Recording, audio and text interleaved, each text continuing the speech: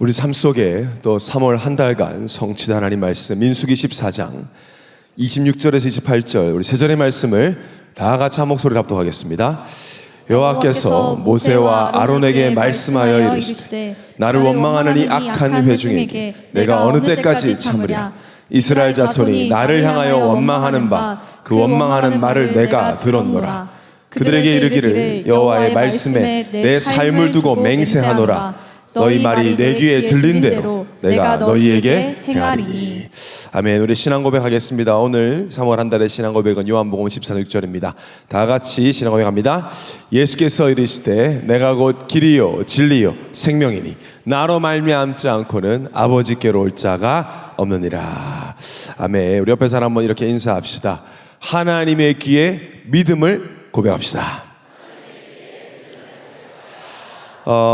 오늘도 보니까 하나님이 또 귀한 새가족 3명을 보내주셨는데요. 내일 사실 연휴 기간이잖아요. 그래서 연휴 기간에 이렇게 새가족이 오기가 쉽지 않은데 오늘도 우리 귀한 3명의 새가족을 보내주셨는데 그 중에 보니까 미얀마에서 하우라는 청년도 왔어요. 미얀마는 여러분 불교 국가인데 우리 이 하우라는 청년 보니까 우리 신학을 공부하려 한국에 왔다 그래요. 유니월드 통해서 왔는데 우리 박수로 우리 새 가족들 환영하겠습니다. 너무나 잘 오셨습니다. 네. 그리고 또 하나 우리가 또 박수를 쳐야 될 일이 있는데 또 우리 봄이 3월이 되었다고 우리 장로님들, 원사님들, 안집사님들 또 산업선교회에서 우리 애원의 모든 청년들에게 오늘 봄빵데이라고 발음을 잘 봄빵이에요.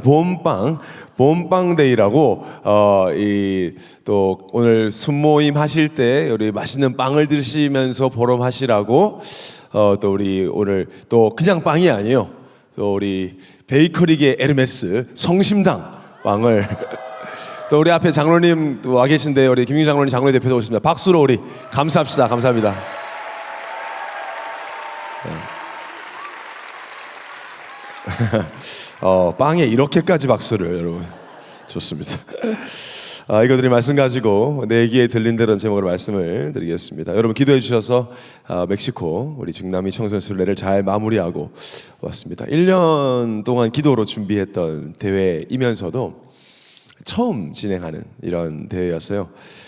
특히 이제 페루, 콜롬비아 이런 멕시코에 있는 다음 세대 목사님들은 본 적이 없는 거예요. 이렇게 뭐 중남미 나라들이 모여서 함께 중남미를 두고 기도해 본 적이 없는 거죠. 그래서 어려움도 있었지만 너무나 감사한 시간이었고요. 특히 콜롬비아에서 여러분 44명, 45명이 왔어요. 비행기로 6시간 걸립니다. 여러분 콜롬비아에서 멕시코가 절대 가깝지가 않은데 또 우리나라처럼 이렇게 연차 제도 같은 게 잘 없어요. 콜롬비아는. 근데 일주일 휴가를 써서 오는 거예요. 특히 그 비오타 애원교회 다니는 우리 성도님들은 여권도 없어서 다 여권 처음 만들고 비자 신청해서 이렇게 오셨어요. 참 전무후무한 그런 시작이었고 꿈을 꾸게 되고 비전을 품게 되는 그런 시간이었습니다. 이번 대회 준비위원장은 멕시코에 있는 루이스 목사님이셨습니다. 사실은 루이스 목사님을 도울 수 있는 팀이 없었기 때문에 혼자서 전부 다 뭐 버스 예약, 숙소 예약, 식당 60명 넘게 70명 가까이 식당을 가기가 우리나라에서도 쉽지 않은데 툴란신고라는 그 작은 도시에 여러분 식당이 없어요. 그래서 큰 식당은 전부 다 타코만 파는 식당이었어요. 그래서 저희가 타코만 한 400개 정도를 먹고 왔습니다. 여러분 제 앞에서 타코 얘기하지 마십시오. 이제는 1년 동안은 타코를 먹을 수가 없을 것 같습니다.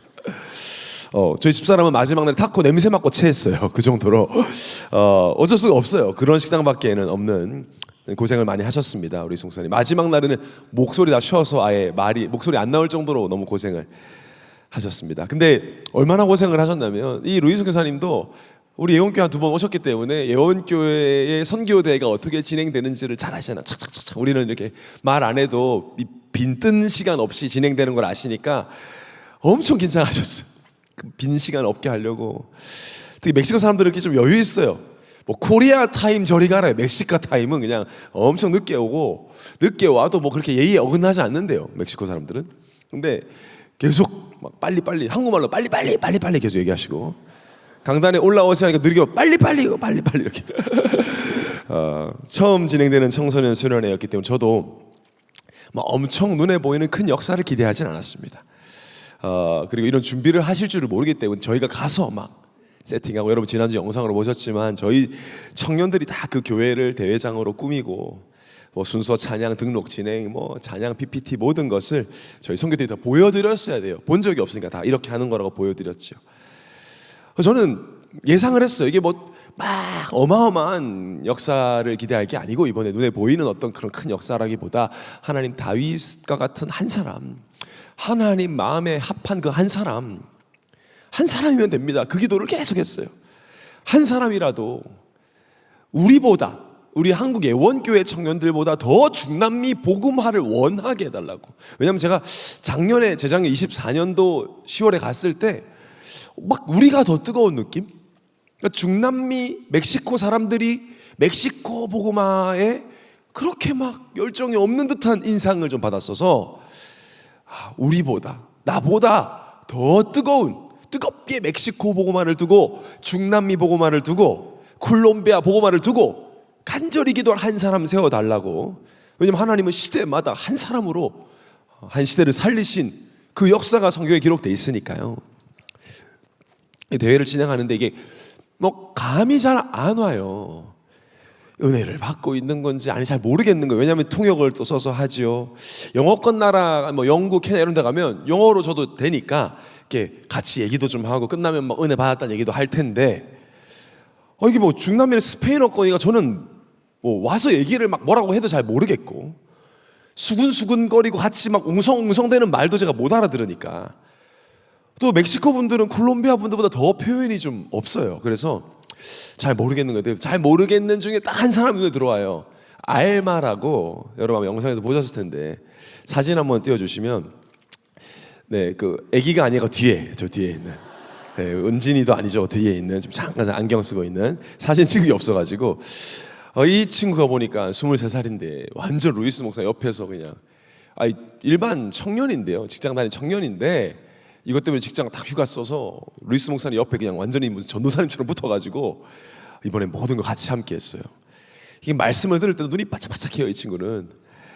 그래서 제가 첫 강의할 때는 알마만 보고 했어요. 다른 사람들 반응이 잘 모르겠어서 알마만 보고 한 사람 보고 이렇게 했어요. 그러니까 무슨 말씀을 하면 자신의 미션으로, 끝나고 제가 불러가지고 무슨 얘기하면은 마치 무슨 한국 우리 회장님처럼 예스 파스터, 예스 파스터 이렇게 막 무슨 말하면 그대로 하려고요. 얼마나 마음이 예쁜지. 한 사람, 내가 한 사람 두고 기도했는데 딱 한 사람. 근데 왜 그런 거 있잖아요. 진짜 한 사람밖에 없나 이 생각. 한 사람 됩니다 했는데 딱 한 사람 딱 보이니까 약간 이 어떤 느낌이면 저녁 식사를 누가 초대하는데 예, 아무것도 준비하지 마, 라면 하나면 돼. 라면 하나만 딱 나오면 저만 그래요. 마음이 약간 그 라면 하나면 되긴 하는데 뭐 이렇게 삼각김밥 같은 거 어디 있으면 참 좋을 텐데. 대회가 끝나는 날까지 알마 말고는 잘 모르겠는 거예요, 제가. 물론 은혜 받았음 이렇게 써 있진 않으니 뭐 알 수는 없죠. 그래서 하나님께 기도하는데 막 하나님 뭐 감사하긴 한데 약간 이제 한 사람 있군요. 약간 점점점. 여기 그 대회 끝났어요.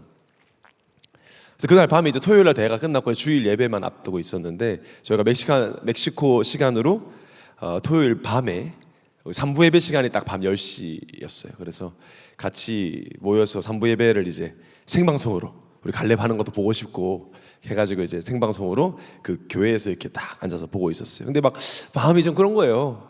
여기까지 왔는데 한 사람이면 되지만 한 사람입니까? 좀 아쉽기도 하고, 뭐 예배 전에 막 기성이 찬양하고 있고 좀 답답하기도 하고 막 뭐 왠지 모르겠어요. 그냥 좀 답답하고 막 좀 짜증나고 약간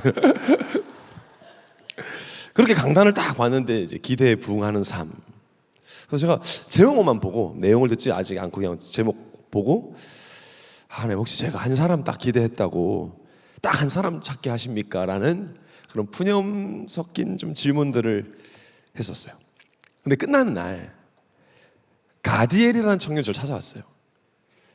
마지막 날 저 이제 납치된 게 아니고요. 저희가 이제 교회 약간 지금 구해주세요라는 표정인데 묶여 있는 건 아닙니다, 여러분. 이게 배경이 이제 교회 방이 좀 약간 저렇게 생겼어요. 멕시코라는 여러 이미지를 지우셔야 돼요, 저기.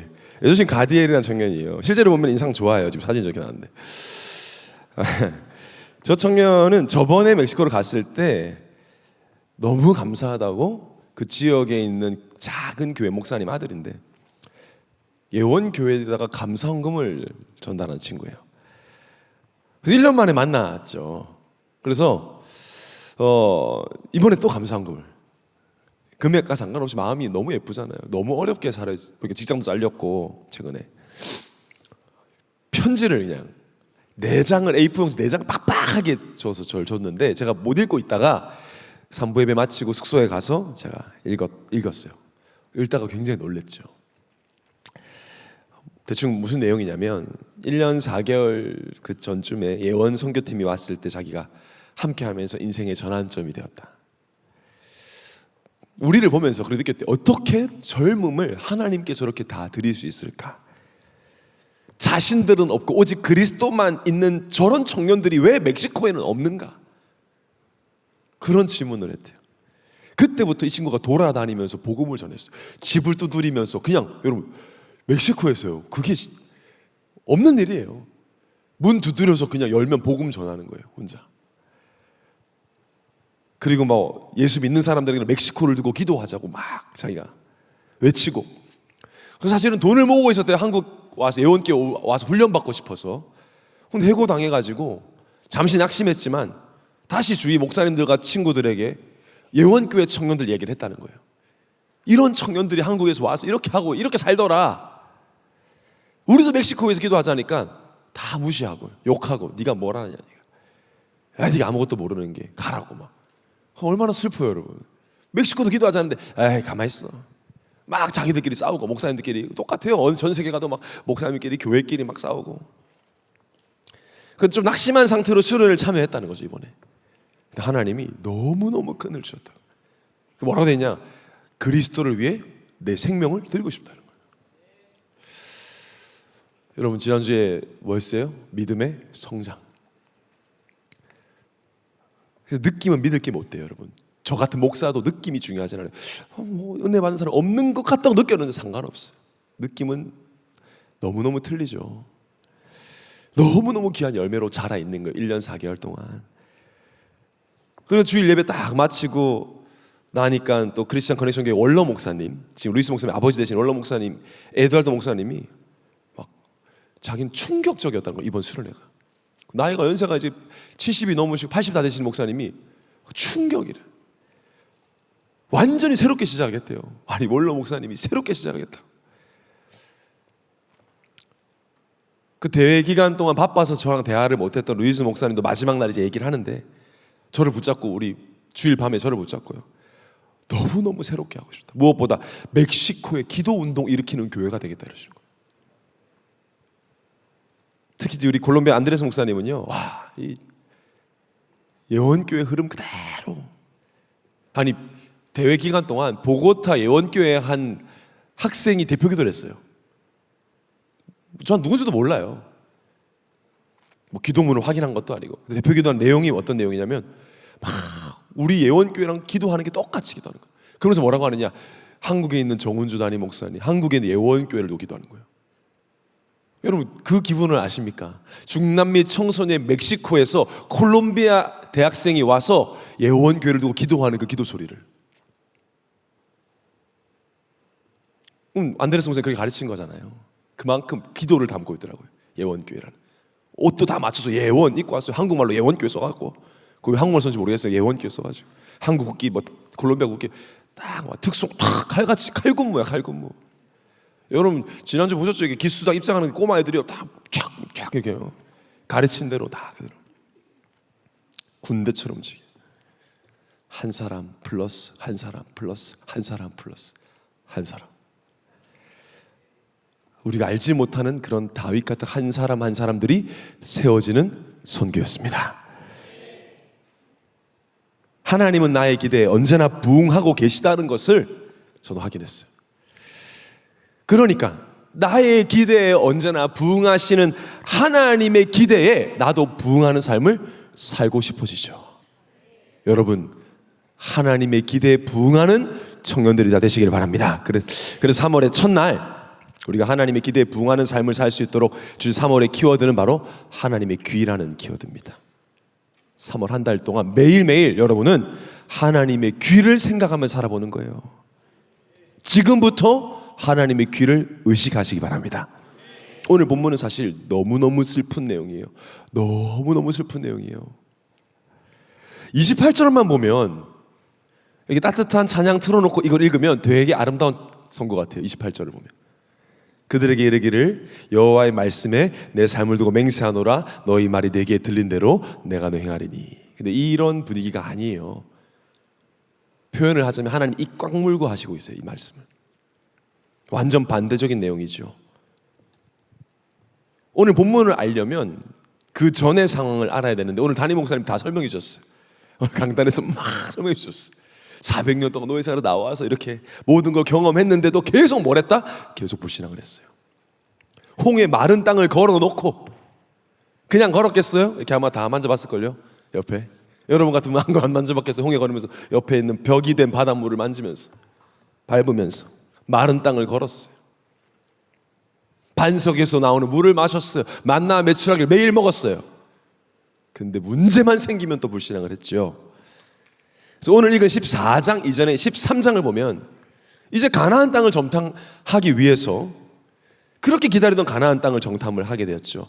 모세가 이스라엘의 각 지파의 대표 12명을 세워서 가나안 땅을 정탐하게 하죠. 40일간 정탐하고 돌아온 12명 중 10명이 뭐라고 하죠? 우리를 이길 수 없다. 그들은 강하다. 우리는 그들에 비하면 메뚜기 같다. 라고 보고를 합니다.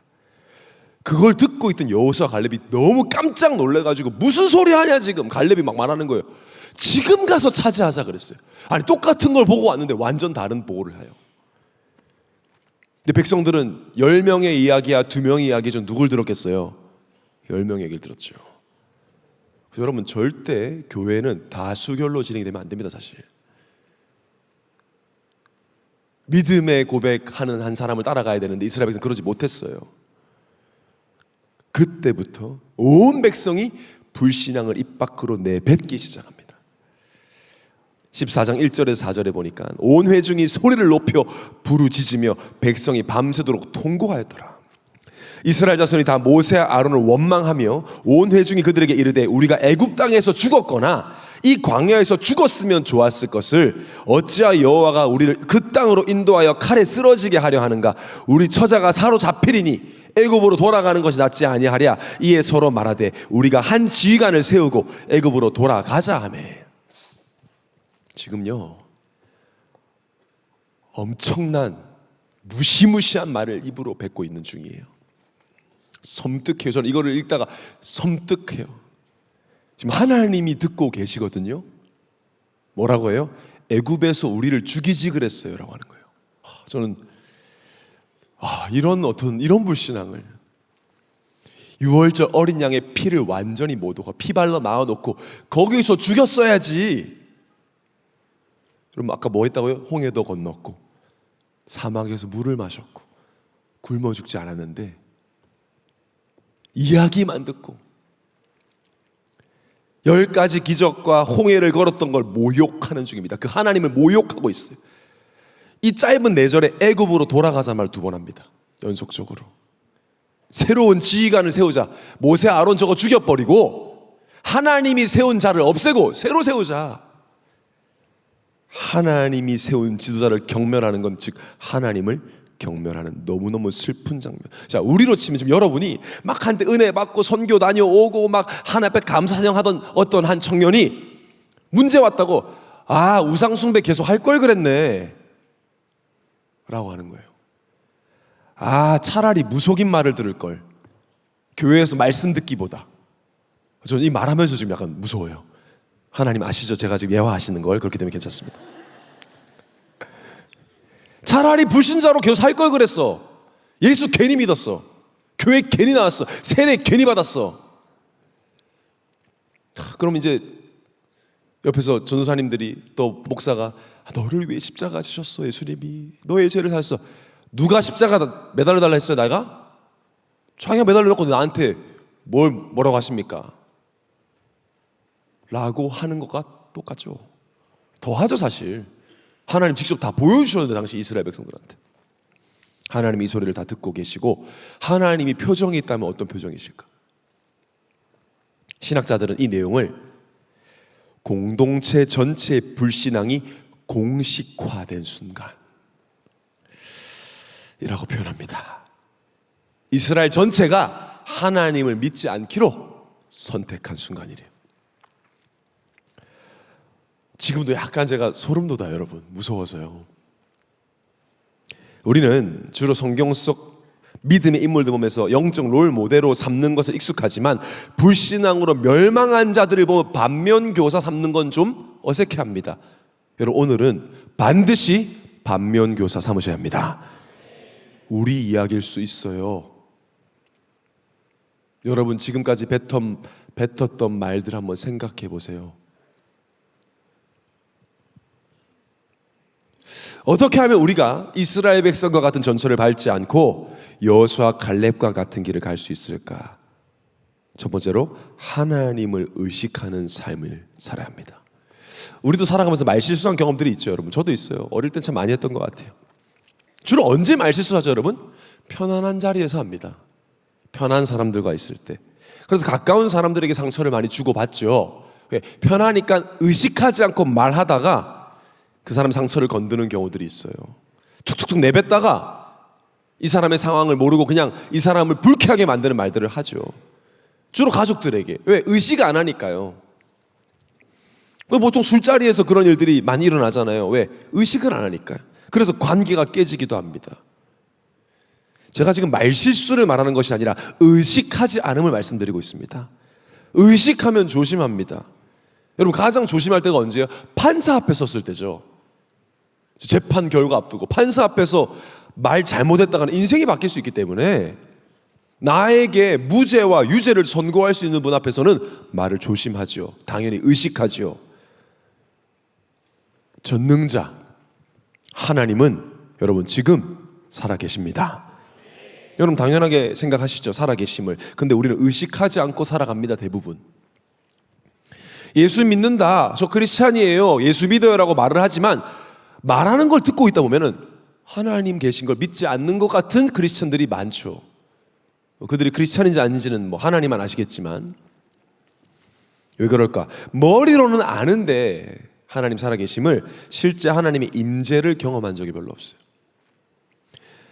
임재라는 단어가 성경에 직접적으로 나오진 않지만 그 내용을 담고 있는 단어들은 많이 있습니다. 임재라는 단어의 뜻은 가까이 와서 실제로 존재하다는 뜻이에요. 하나님 늘 계십니다, 당연히 모든 곳에. 그런데 지금 우리 가운데 임재하심을 경험하지 못한 사람들이 많아요. 내가 하나님의 임재를 경험하지 못했다고 해서 하나님이 안 계신 것은 아닌데 내가 경험하지 못했기 때문에 안 계시다고 생각하는 사람이 많죠. 뭔가 임재라고 말했을 때 감정적으로 느낌을 말하는 것은 절대 아닙니다. 하나님이 임재를 어떻게 알 수 있을까? 성경은 분명히 말합니다. 어떻게 하나님 만날 수 있느냐? 예배를 통해 하나님의 임재를 경험할 수 있습니다. 예배 자체가 하나님 앞에 서는 하나님이 임재하시는 시간이라고 모든 개혁주의 신학자들은 공통적으로 말하고 있습니다. 예배 참석이 아니라 그리스도 안에서의 예배, 그 예배 속에 하나님이 임재하신다는 것이죠. 요한복음 4장에 예배에 대한 정의를 예수님이 하시죠. 23절에 아버지께 참되게 예배하는 자는 영과 진리로 예배할 때가 오나니 곧 이때라 아버지께서는 자기에게 이렇게 예배하는 자를 찾으시느니라. 하나님 영이시니 예배하는 자가 영과 진리로 예배할지니라. 여러분, 이스라엘 백성들 치고 예배를 안 드린 사람은 없었어요. 다 예배를 드렸어요. 완전히 불신자에게 말하는 게 아니에요. 지금 예배를 너무너무 평생 드려온 사람들에게 하는 말이죠. 근데 무너졌어요. 왜? 하나님이 원하시는 예배를 드리지 않아서. 참된 예배가 아니어서. 뭐가 참된 예배요? 영과 진리로 드려지는 예배, 그런 예배자를 찾고 있다. 이게 무슨 말이야? 다른 것을 앞세우고 다른 것 중심 예배가 아니라 오직 진리 대신 예수 그리스도를 앞세운 예배를 드릴 때 하나님이 임재하신다는 것입니다. 그리스도 예수만이 진리예요. 그 믿음과 진리를 앞세운 예배, 다른 것을 앞세운 예배는 하나님 받지 않으신다는 거죠. 제가 정성스럽게 준비했어요. 금식했어요. 소용없어요. 나의 인격과 나의 잘함과 나의 의를 앞세운 예배는 하나님 받지 않으세요. 그건 성경에서 말한 예배가 아닙니다. 예배는 하나님께 영광을 돌리는 것이고 하나님께 나아가는 것인데, 우리가 무슨 수로, 우리의 무엇으로 예배 하나님께 영광을 돌립니까? 뭘 하나님께 드려야 영광을 받으시겠습니까? 우리는 우리 스스로 무언가를 드려서 하나님께 영광을 드릴 자격이 없죠. 뭘 앞세워야 되느냐? 히브리서 10장 19절 20절에 나옵니다. 우리 한 목소리 합독하겠습니다. 시작. 그러므로 형제들아, 우리가 예수의 피를 힘입어 성소에 들어갈 담력을 얻었나니 그 길은 우리를 위하여 휘장 가운데로 열어놓으신 새로운 살 길이요 휘장은 곧 그의 육체니라. 또 하나님의 집 다스리는 큰 제사장이 계심에 우리가 마음의 뿌림을 받아 악한 양심으로부터 벗어나고 몸은 맑은 물로 씻음을 받았으니 참 마음과 온전한 믿음으로 하나님께 나아가자. 뭘 힘입어? 예수의 피를 힘입어 믿음으로 하나님께 나아가자. 이게 예배예요. 여러분, 예배드리러 올 때 이 믿음으로, 하나님 오늘도 예수 그리스도의 피를 앞세워 믿음으로 하나님께 예배드리니 나의 예배를 받아 주시옵소서. 나의 것으로는 하나님 예배드릴 수 없지만, 예배를 드리는 거잖아요. 드려서 하나님 받으실 수 있는 게 없지만 나를 위해 죽으시고 부활하신 예수 그리스도를 믿는 믿음으로 예배드리니 나의 예배를 받아 주시옵소서. 이 믿음으로 예배드리는 거예요. 여러분, 지금 그러고 있어야 돼요. 지금 설교 듣는 시간이 아닙니다. 너무 오해되어 있습니다. 예배가 설교를 잘 들으면 예배 성공이 아니에요. 여러분, 어떤 면에서는 설교를 듣고 여러분이 드리는 게 예배, 그래서 어떤 면에서 찬양, 하나님 앞에 드리는 헌금, 또 하나님 앞에 드리는 예배 자체가 중요한 거예요. 드리는 거기 때문에. 웨스트민스터 신앙고백서 21장 1항에 이 사실을 더 구체적으로 말합니다. 어떻게 명시되어 있느냐?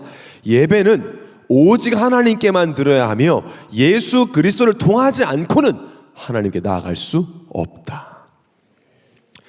여러분, 개혁주의 신학자들은요, 어느 정도까지 강하게 말하느냐? 예배에서 그리스도가 드러나지 않거나 다른 요소가 중심이 될 때 이는 우상숭배에 가까운 오염된 예배로 간주한다 그랬어요.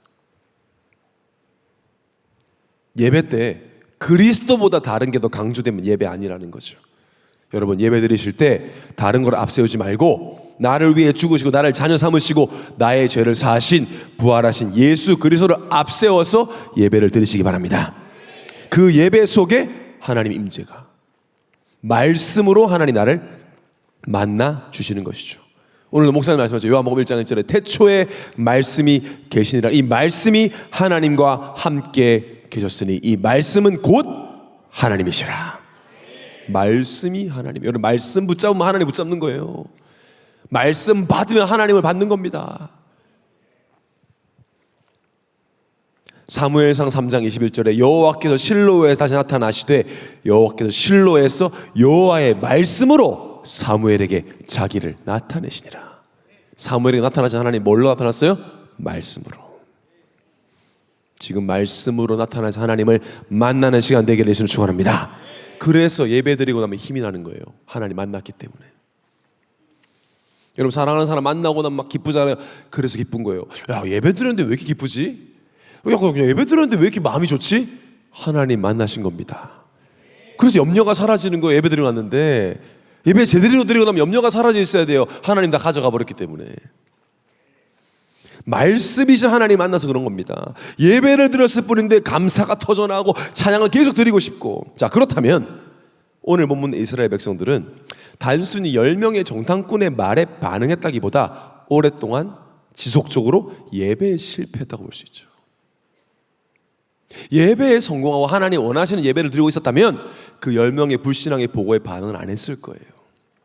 오랜 시간 말씀으로 나타나서 하나님 만나지 못하고 하나님의 임재를 경험하지 못했다고도 볼 수 있죠.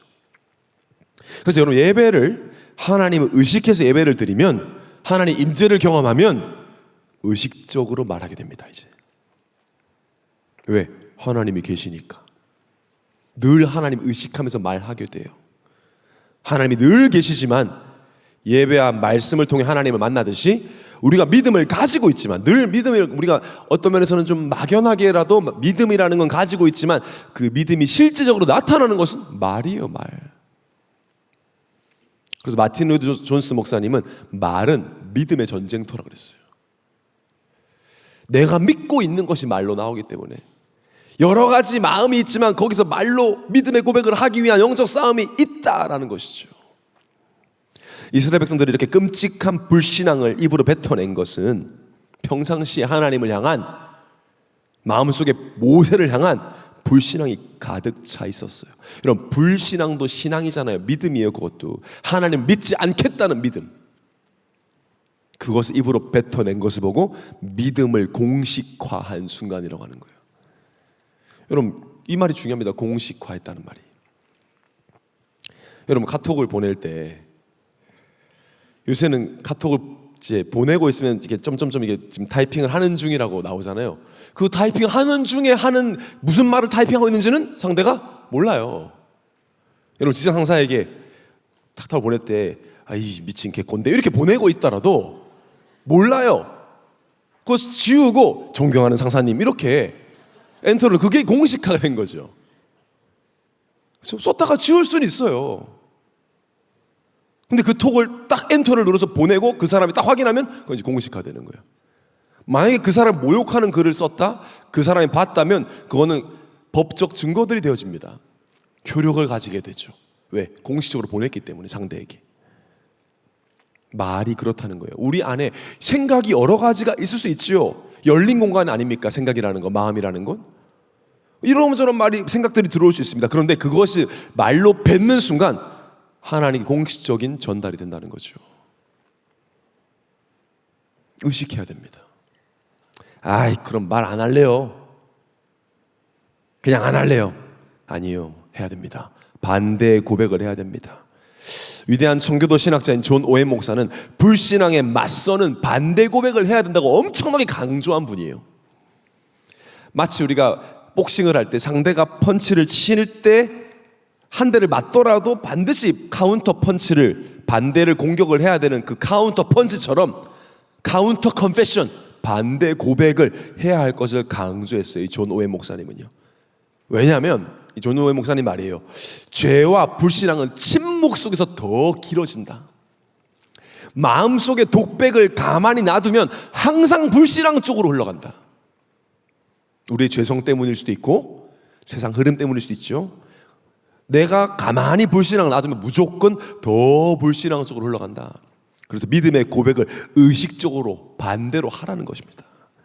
여러분, 그것을 하라고, 그 영적 싸움을 싸우라고 우리에게 주신 축복이 바로 기도의 축복입니다. 3월 한 달 동안 뭐 할 것이냐? 기도로 싸우는 고백 싸움을 싸울 거예요.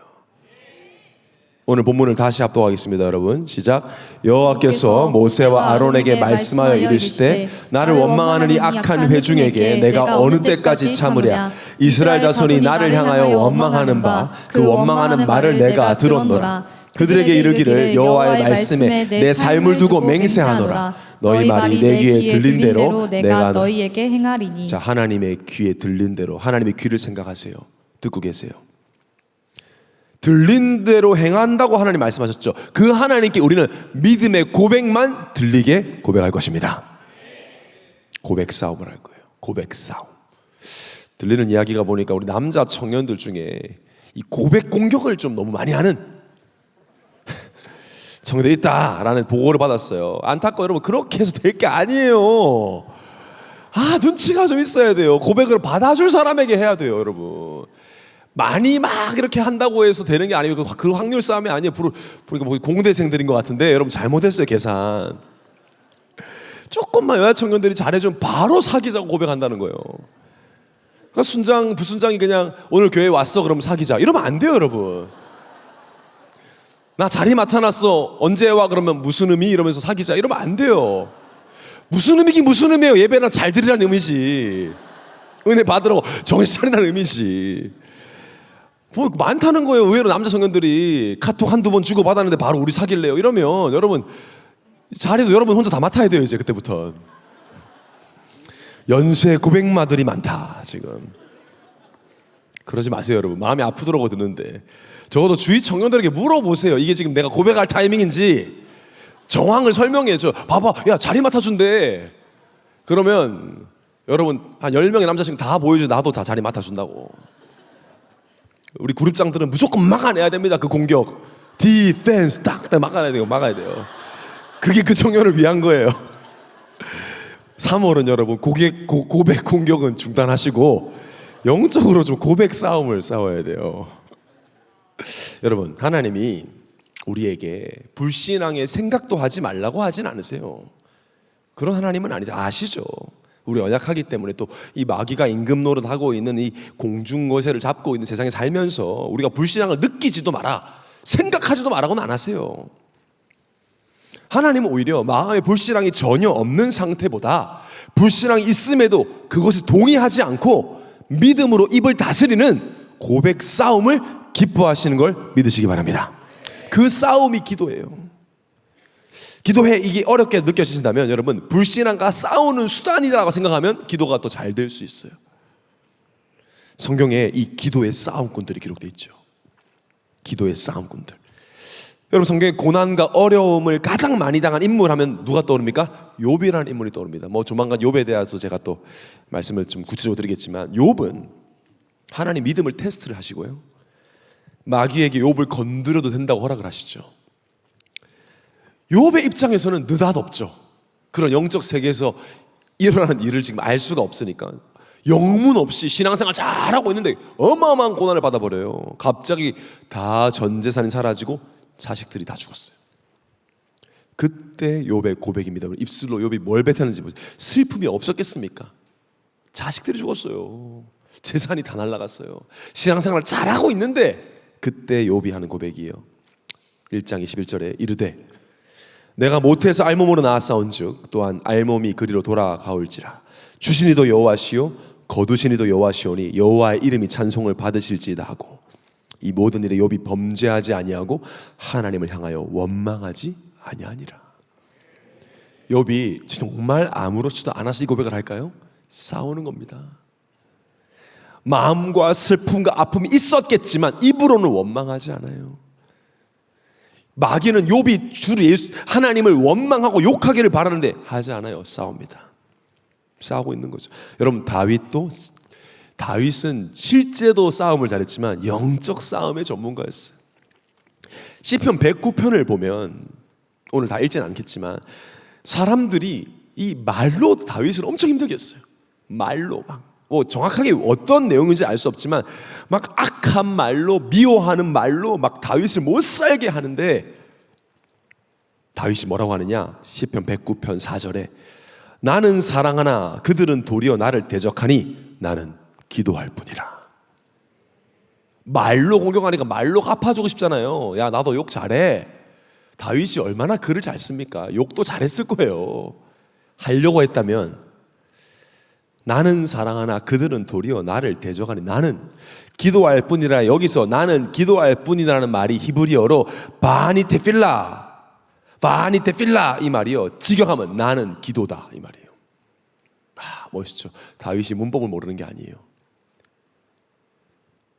영어로는 I am prayer라는 게 문법적으로 맞지 않는데 그만큼 이게 다윗이었어요. 나는 기도다. 너가 말로 나를 공격해? 나도 욕을 해줄게가 아니라 너는 말로 나를 공격해. 나는 기도다. 기도할 게다. 나는 기도다. 나는 기도 그 자체야. 기도할 뿐이다. 우리 지금 함께 고백합시다. 나는 기도다. 한 번 더. 나는 기도다. 여러분이 이 시대에 다윗 되길 바랍니다. 이 부분을 사실적으로 말하고 적용한 사람이 바울이었어요. 여러분 잘 아시지만 바울은 모든 걸 다 기도로, 모든 걸 기도로. 빌립보 4장 6절 7절에 아무것도 염려하지 마. 염려할 게 너무 많지만 염려하지 말고 다만 모든 일에 기도와 간구로. 그냥 기도도 아니야. 구할 것을 감사함으로 하나님께 아뢰라. 바울은 하나님의 귀를요 한순간도 의식하지 않은 적이 없는 사람 같아요. 그래야 하면 모든 지각에 뛰어난 하나님의 평강이 그리스도 예수 안에서 너희 마음과 생각을 지키시리라. 이건 바울이 경험한 거죠. 바울이 확인한 거예요. 지켜주시더라. 여러분 생각이 복잡합니까? 분열될 것 같습니까? 너무 우울한 생각이 나를 덮을 것 같습니까? 모든 그 우울한 감정마저 감사함으로 하나님께 기도로 아뢰시기 바랍니다. 사실 염려하지 않을 일이 뭐 있어요? 세상 살면 다 염려할 일이죠. 믿음과 감사로 하나님께 아뢰서 하나님 다 듣고 계세요. 그래서 바울이 또 얘기하잖아요. 데살로니가전서 5장 16절 18절에 항상 기뻐하라, 쉬지 말고 기도하라, 범사에 감사하라, 싸우라. 이것이 그리스도 예수는 하나님의 뜻이니라. 고백 싸움을 싸우라. 이건 단순한 기도가 아닙니다, 여러분. 이거는 불신앙을 거부하는 싸움이에요. 불신앙을 계속 심어주겠지만 마귀는 거부하는 거예요.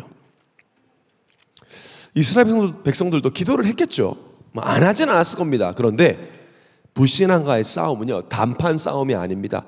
길고 반복되는 싸움이에요.